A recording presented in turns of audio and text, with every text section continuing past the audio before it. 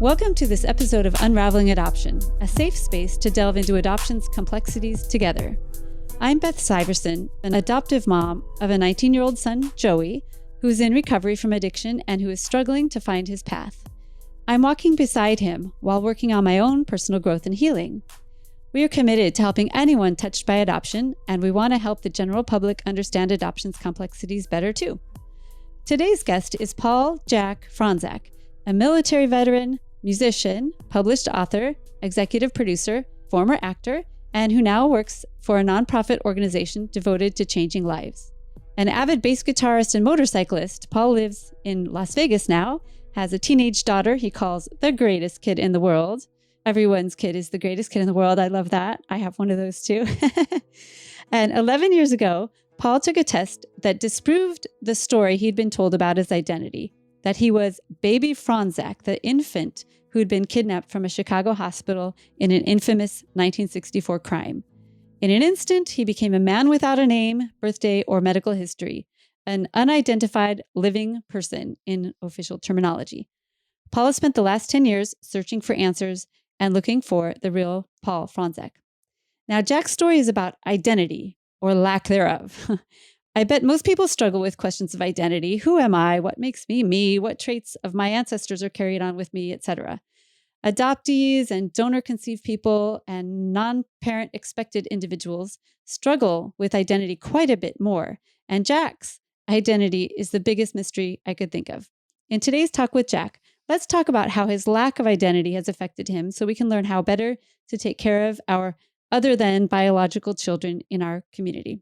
So thank you for joining me on Unraveling Adoption, Jack. I'm so glad you're here. Thank you for sharing your story with us. Well, thanks for having me. This is a wonderful podcast. Well, thank you so much.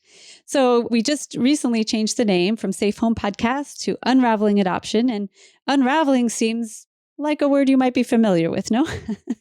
Yeah. Does that sum up how it's felt for you, unraveling? Yeah, it's still unraveling. Yeah. It's amazing how much you can actually unravel and still have unraveling to do. Yeah, it's a big ball of yarn you got there. Big ball of yarn. I know you've told your story in numerous other places, like the whole story. I'll just make a list and I will put these in the show notes if anyone wants to look at these later. Inside Edition episode 2, 2020 episodes with Barbara Walters, a CNN documentary called The Lost Sons, and 2 books that you wrote, The Foundling and True Identity. But to start us off, since we're here right now, can you just give us the quickest little summary you can of just the major life events you've had, which I know is hard to do, to smush it all into a small space, but do your best. Yeah, I'll give you a little Cliff Note version. Okay. So in 1964, my mom and dad had their child kidnapped from my mom's arms out of Michael Reese Hospital in Chicago. Someone dressed like a nurse came in, said that the doctor had to see the baby, took the baby, and vanished without a trace. Set off the largest manhunt in our country next to the Lindbergh baby. Wow. Fast forward 2 years later, I was found abandoned outside a store in Newark, New Jersey. Left in a stroller. Someone called the cops. The police picked me up, put me in the system. I was put in a foster home for over a year named Scott McKinley. FBI shows up a year later and says I'm that kidnapped child from Chicago.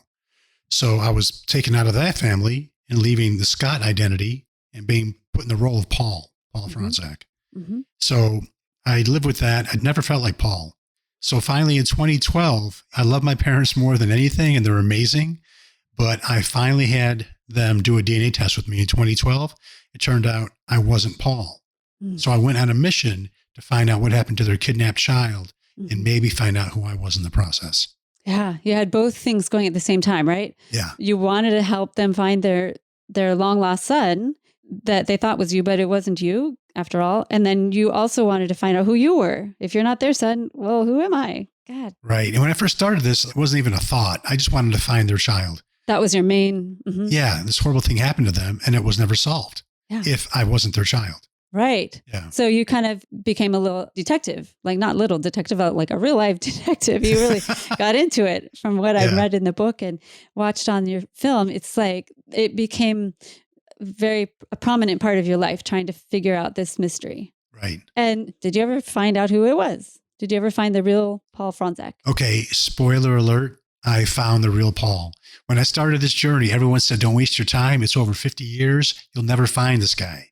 I found him and he was alive. That's amazing. And was it something like you were able to go be his kind of brother? Did you have a relationship with him, or was it? No, it was nothing like that. Nothing like at that. all. I mean, so you have to imagine that he was kidnapped and forced to live a lie his whole life. So probably the people that raised him weren't the nicest people. Oh. So in turn, he wasn't the nicest guy. Oh. And the same time he found out that he was Paul, he also found out that he had cancer. Oh my gosh. And it was a very aggressive cancer. So he didn't have much time. But my mission was to have my mom reunite with her kidnapped child. And I was able to do that. They actually spoke on the phone a couple of times. Yeah. And right before he passed away, which was a day before his birthday, my mom got to say goodbye to him. Oh, that just gave me shivers. Wow. That's really, really amazing. And what a gift you gave your mom and him. Did he know he was kidnapped? No, he didn't. Oh, wow. He was told that his dad was some football player who just left the family. You know, this whole horrible lie. Was the person that kidnapped him the one that raised him? I don't believe so. The kidnapper was probably like an intermediary. Right. Yeah. So it gets really deep there. So there's mafia involved, not just the Chicago mob, but the Atlantic City mob. Holy cow. Did you ever wade into waters you were like, oh shit, I'm in over my head? I'm approaching that now. Oh, really? Yeah. Are we going to get in trouble? I hope not. I hope not too. Well, what are they going to do to me? I don't know. What can they do to you either? God, you're just trying to figure out an answer. That's right. Figure out who you are, who Paul was. And oh my God. So you grew up as Paul, but you really weren't Paul, but everyone thought you were Paul. Did you feel like you said you just never quite felt like Paul fit, like you never quite fit in? Even being called Paul never felt right to me. Growing up, I got into acting really young. I always liked playing different people. Now I know why. Yeah. Because I was forced to play all these different roles as a child. Yeah.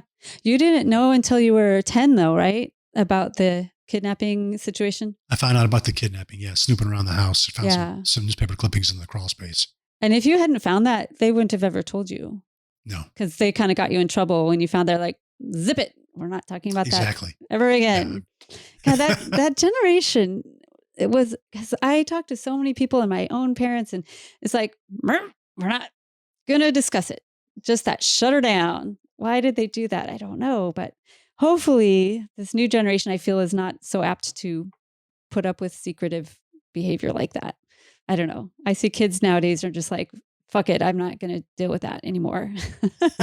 You sense that? Your daughter's a teenager. Do you sense that they're like, no, we don't do that, especially with social media and DNA. There's no more secrets anymore. Come on. There's a lot more discussing feelings and, calling out on things. Yeah. It's not like when I was growing up where you didn't ask your parents anything. Yeah. Just like, okay, I guess I'm never going to ask about that again.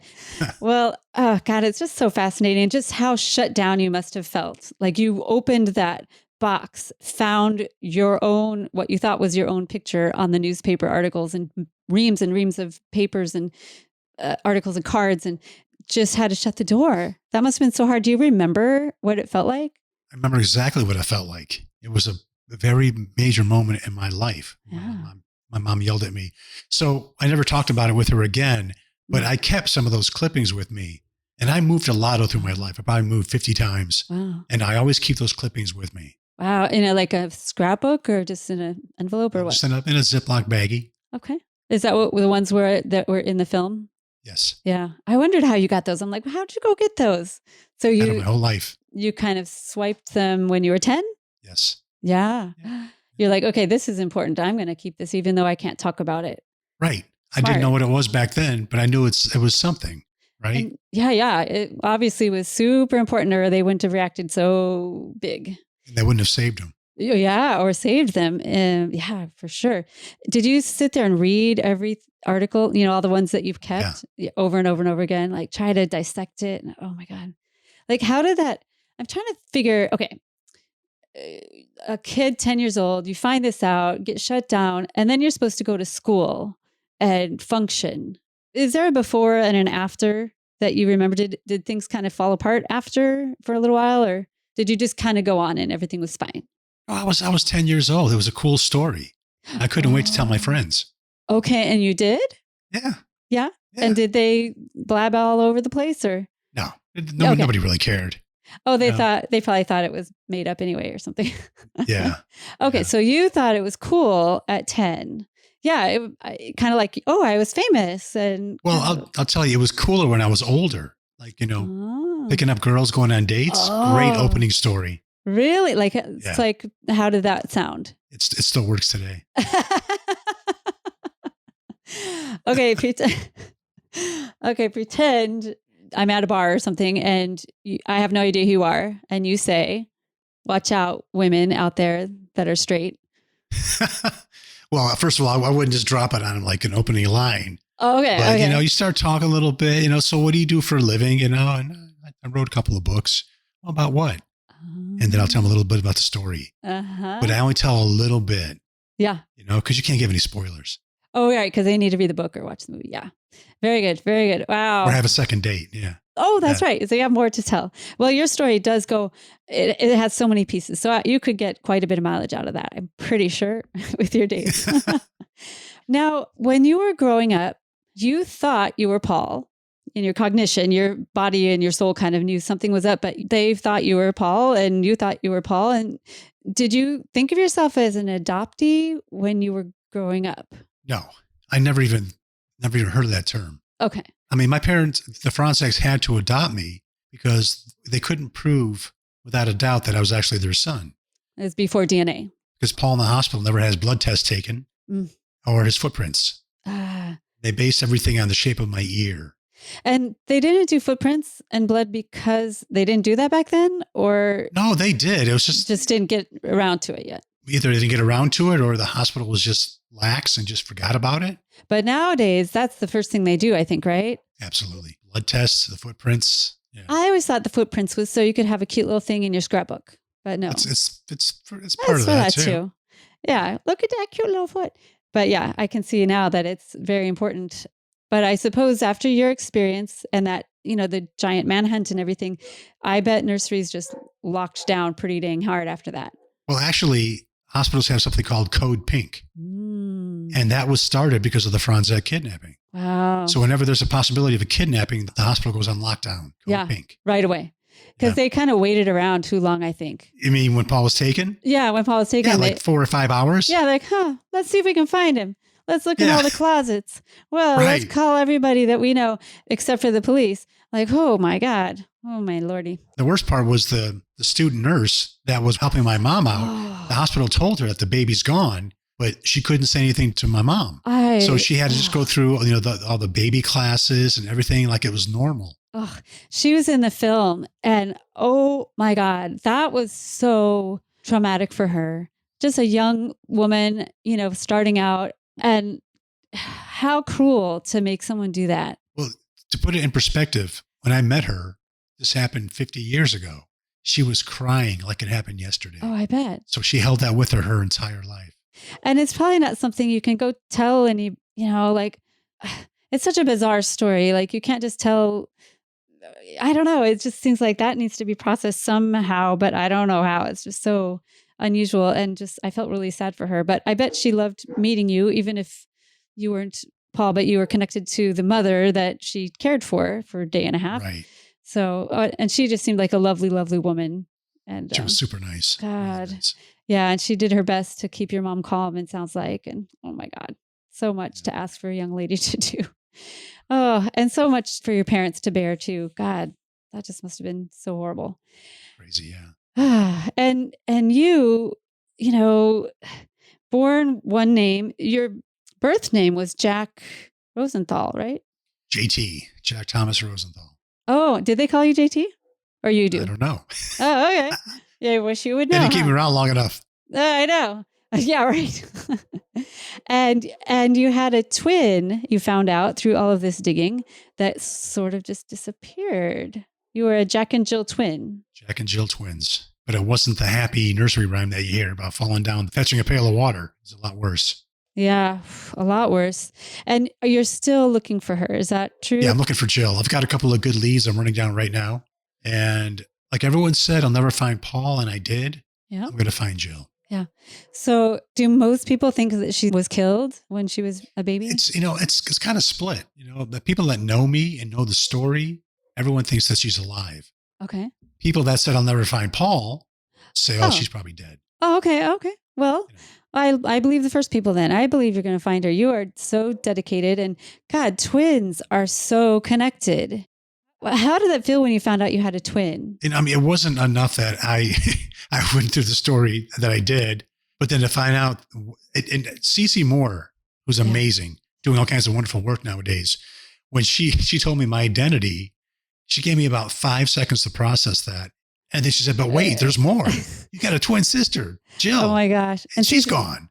Oh my God. So I was like, I got to enjoy that news for a second, and then it's back on the hunt. I've got to find Jill. God dang.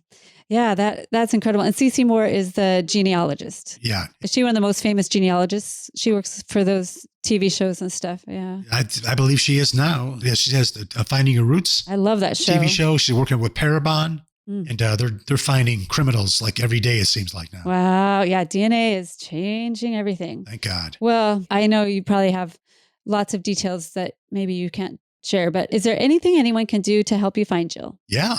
You can go to FronczakFiles.com, check out what I have so far. And if you know someone that fits the look, I've got composites done from NCMEC, the National Center of Missing and Exploited Children. Drop me a line. Okay. Because I check out every single lead that I get, and I respond to everyone that reaches out to me. Yeah. So you're still on it. Is that the only thing that's still left to unravel is Jill's whereabouts? I'd like to say yes, but I'm still working on who actually kidnapped Paul. Oh, okay. Oh, wow. Okay. Be careful. That sounds dangerous. Okay. All right. So I know you are super grateful to your parents. It's evident. And in the film, you have a scene with her, and no one is judging them at all. But looking back, is there anything they could have done differently to make you feel less like an alien in your own family? Looking back, is there anything that you can think of they could have done differently? My adopted parents? Yeah. No, I mean, because see, my adoption was different than most adoptees, I believe, because they were led to believe that I was actually their kidnapped child. Yeah. They had the FBI put them in a room with me, who they hadn't seen for 2 years, almost 3 years. Yeah. 10 minutes. Okay. Is that your child? My mom had all the newscasters there and everything. She said that she could have said, no, I don't know. Or she could have said yes, because I very well could have been her son. Yeah. And she didn't want to say no, because then she worried about what would happen to me. Sure. Put back in the system, and then God only knows what happens. Yeah, yeah. And I feel so much for her in that situation. That was totally unfair to put, just the idea of having to say yes or no.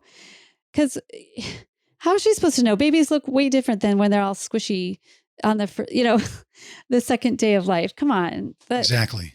Yeah, there's no way. How do you know? I mean, there's no way. And yeah, what if she says no? Nope, I don't think he's it. Well, what if he is? Oh God. Well, I don't want.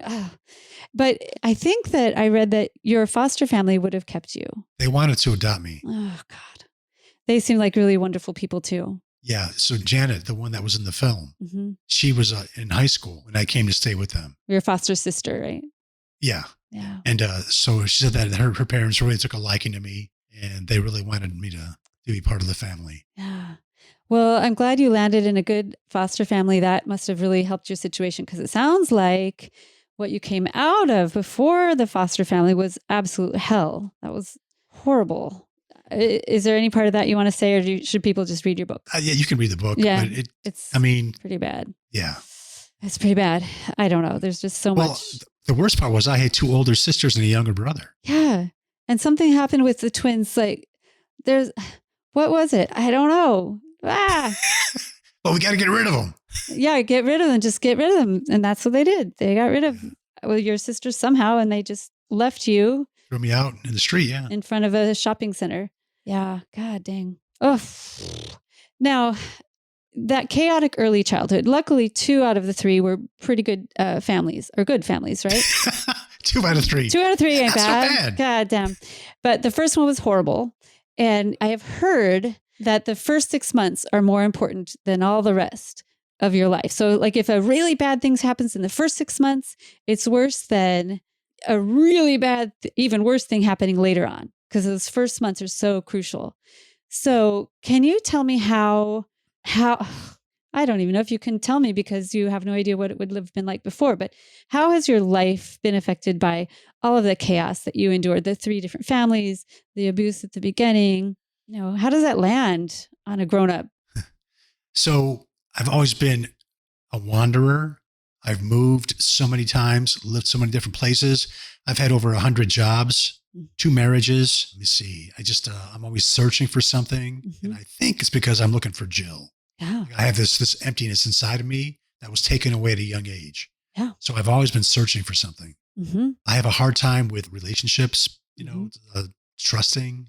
If something doesn't work out, I'll just walk away and never look back. Wow. And that's not a good thing to have, Yeah, no, that saves you from some pain, I suppose, but you get pain other directions from doing that after a while, I suppose, because you can't just walk away and expect nothing else to happen, right? Right. There's always something else around the corner that is going to cause another problem. Or my son was adopted kind of more the regular way. And he was with his birth parents, or birth mother at least, for 2 weeks. And then he went to live in a maternity ward until we got him 7 months later.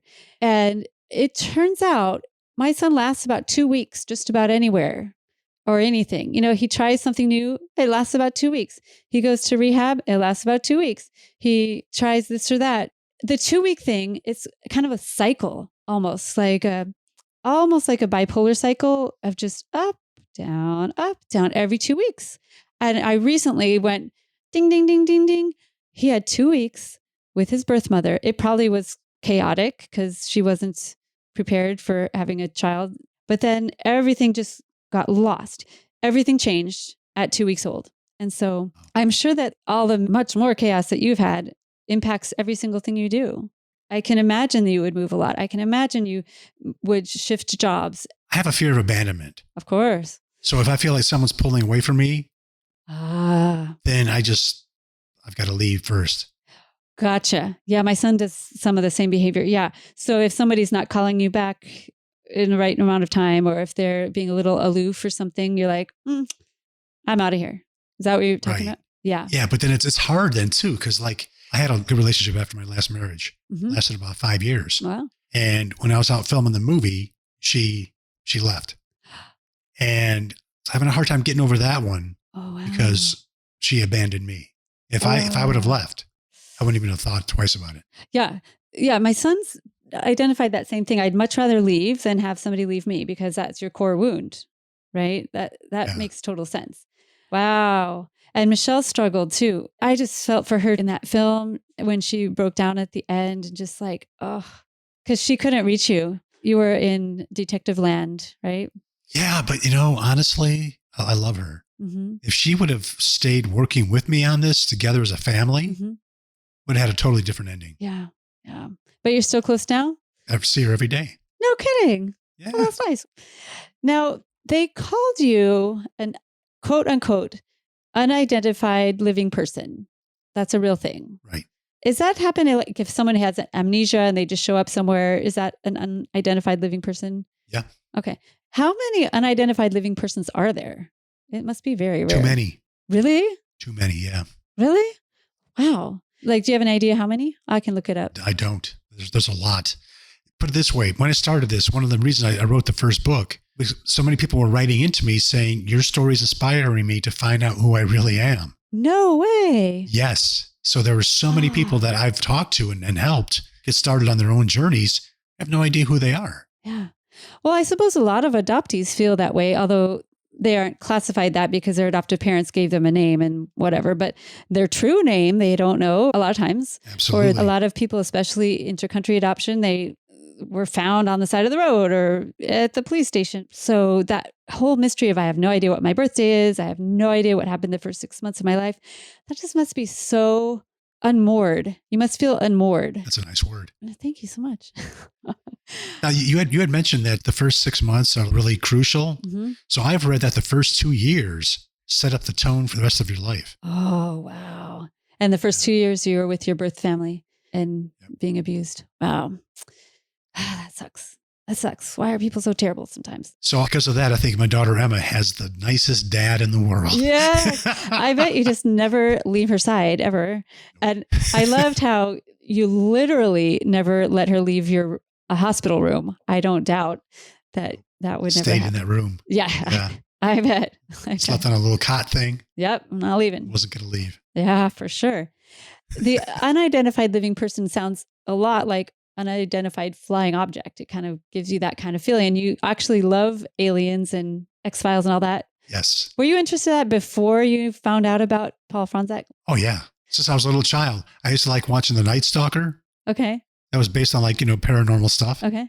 And The Twilight Zone. That stuff freaked me out. I could not watch it. I would get too scared. Outer Limits. You love that all stuff. those shows. Okay. Wow. But the X-Files, I have an X-Files tattoo and I have a Roswell tattoo. Wow. Yeah. That's so cool. So do you still feel like an alien? I wouldn't say alien. I would say that my life is still an X-File. Oh, like a mystery. Like your life is a mystery still. Yeah. You've uncovered a lot, but there's still a lot of questions. That's for sure. Is there anything we as an adoption community, family and friends and allies of you and other adoptees who feel like aliens, who feel like they don't know who they are, that don't have that sense of identity because adoption stripped it from them or from some other strange turn of events like happened to you? What can we do? Or what hurts you? What can we do or what should we not do? A thing that has really bothered me is states that have closed adoptions where you can't get any information on them. Yes. I don't think it's fair to the person that really wants to find out who they are. Yeah. And if I ever adopt a child and they want to find out where they really come from, I would be behind that 100%. Absolutely. I wouldn't keep it from them. Whether they were good parents or bad parents or what the circumstances were, it's better to know the truth and process it and move on than to make up things in your head, live a lie, and just never really understand. Yeah. In your case, your reality, what really happened to you is really, really terrible. Your first family. But are you still glad that you at least know your birthday and your name, your parents' names? Even if it was not favorable, you still are appreciative of knowing it. Oh, absolutely. I wouldn't change a thing because I never really thought I was Polish, to be honest with you. Because the Fronczaks are Polish, right? No. And also a Taurus. I wasn't a Taurus. I knew that. Oh, how funny. And I was raised Catholic and I'm actually a Jew. Okay. From Atlantic City, and I'm a Scorpio. And a Scorpio fits 100%. Oh, okay. I'm a little older than I thought I was, so that's the downside. You gained like a couple of months, right? 6 months, yeah. 6 months. Well, 6 months. Thank God it wasn't 3 years. Yeah, really. I know that could happen. I actually have heard that happening if a very, very malnourished person, they say they're way younger than they really are. So I've heard that happening like by a couple of years. That's crazy. I know, because they were so malnourished, they were tiny. But they could tell by their teeth, I think. It's sad. Yeah, it's really sad. Well, I think that speaking as an adoptive parent, we have no idea who Joey's birth mom is. But when he's ready to find her, it won't be hard.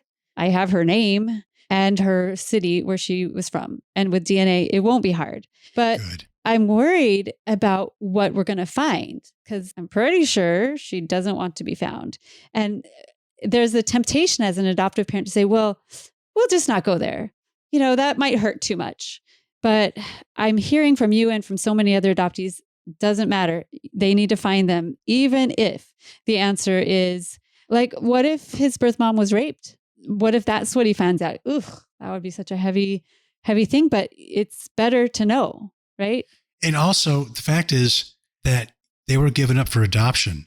There isn't a good reason for that. Well, that's true. Like, what would be the happy reason? Yeah, you're right. Right. Yeah. I'm so happy I have this child. I'm going to, give him away. Yeah. There's got to be something, either poverty or some bad thing is happening in the mom's life or Something wasn't ideal for that child. Yeah. So reunions are very fraught anyway, under the best of circumstances, I suppose, because of that. So, but as adoptive parents and community members, we can support our kids that want to do a search. Whenever that occurs, not to force it on them, but, when they're curious, you give them whatever answers you have. And then when they're ready, I think you need to be over 18, I guess, but to help them because it takes nothing away from us as adoptive parents to help. Right. Now, your parents were not super happy that you went this direction, right? But they're better now. We didn't talk for almost 3 years. Oof. That hurts. They were furious at me because they thought I wanted to find better parents and I wasn't happy with them. And it couldn't have been further from the truth. Yeah. I had one mission. I wanted to find their kidnapped child. That's all I wanted to do. Yeah, you're trying to help them. That's it. Because they gave me the greatest thing they could have given. They gave me a great life. Yeah. Yeah, for sure. I wanted to repay it somehow. Yeah. It strikes me that must have felt like an abandonment for you. Yeah, one of many. Yeah. You know? Yeah. I left home at 18 to be in a rock and roll band. And I left and never looked back. So it's like 3 years without talking to them. It sucks. Yeah. But you know what? I can't change the way they feel. Right. You can't force them to. I can only hope that they come around after I find their kidnapped child. Yeah. But your mom's good now, right? With you? My mom's, she's better than good. She told me that she's so thankful that I started this journey because everyone thought the case was closed. But when I started this, the FBI reopened the case. Yeah. And everyone started realizing, hey, they got the wrong guy. And because I did what I did, my mom was able to speak with her real son and say goodbye to him before he passed away. Yeah. Which is what was your whole goal was. It's priceless. So she got that. That was my only goal. Yeah. So now you've reconciled and you've worked it out. You've talked through it some. Yeah.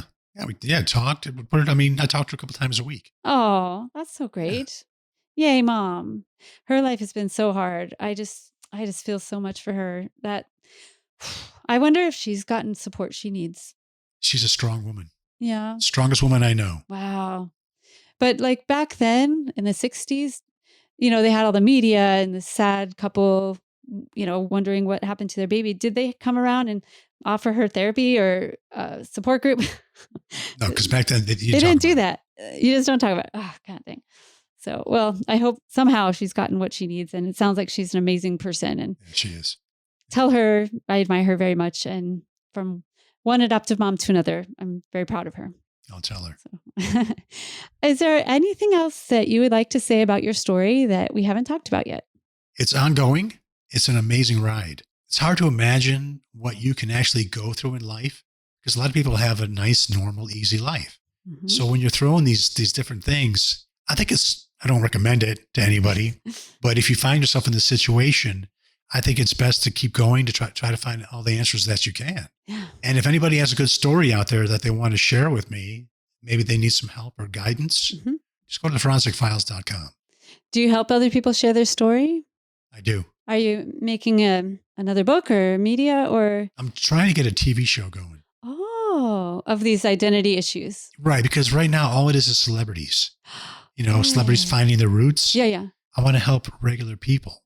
Ah, nice. Yeah. Well, I just wish you all the peace that you can muster with all of that stuff that's happened to you. And I'm super proud of you too, for being so doggedly determined to find Paul and to find yourself. And I hope that every day you find a little bit more of yourself. Thank you very much. Greatly appreciated. And the same to you. Thank you so much. Yeah, I guess we're all on that journey, aren't we?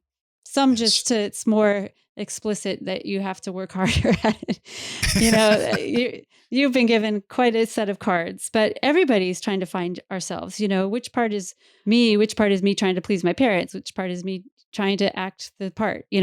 So we all can learn from all of the growth that you've had. Sounds good. That's good. Now, I wanted to let everyone know that you're going to be giving a keynote speech at the upcoming Untangling Our Roots conference in Louisville, Kentucky in late March 2023. I'll put the link in the notes, and all are welcome to attend this gathering several years in the making because of COVID. This year's event is explicitly combining two groups, the National Association of Adoptees and Parents and Right to Know, which is an organization that supports people who are surprised by DNA. That would be you, big time. Yeah. And if you can't attend the conference, I encourage you to read Jack's book or watch his documentary, and I'll put all the links to find out more about his incredible story. I've read his first book, and it is a page turner. I'm telling you, very well written too. And if people want to find you or have a lead, they should go to fronczakfiles.com. Correct. Fronczakfiles.com. And I'll put that in the notes. Very good. Well, thank you all for listening. And I really appreciate you being here on Unraveling Adoption. Please share this episode with anyone that you know that might have an identity issue. They might be an adoptee, or maybe they had a DNA surprise like Jack had. Maybe people remember his story from the 60s. Who knows, Just share this episode so people can put on their thinking cap about what it must be like for people that don't know their origin story. let's all be a little bit more sensitive and empathic to people like that. Thanks again, Jack, for being on Unraveling Adoption. Thank you, Beth. Thanks for having me. You're welcome. And just a little reminder to go find Unraveling Adoption on social media, YouTube, and at our website, unravelingadoption.com. We do have a Patreon account if you're interested in helping support the show with our commercial-free episodes. You can go to patreon.com/unravelingadoption and donate $5, $10, $25, or $50 a month, your choice. And I want to welcome and give a giant shout out and thank you to Renee Napolitano for being our newest Patreon member. Thank you so much, Renee. And now, Jack and I want you all to stay safe.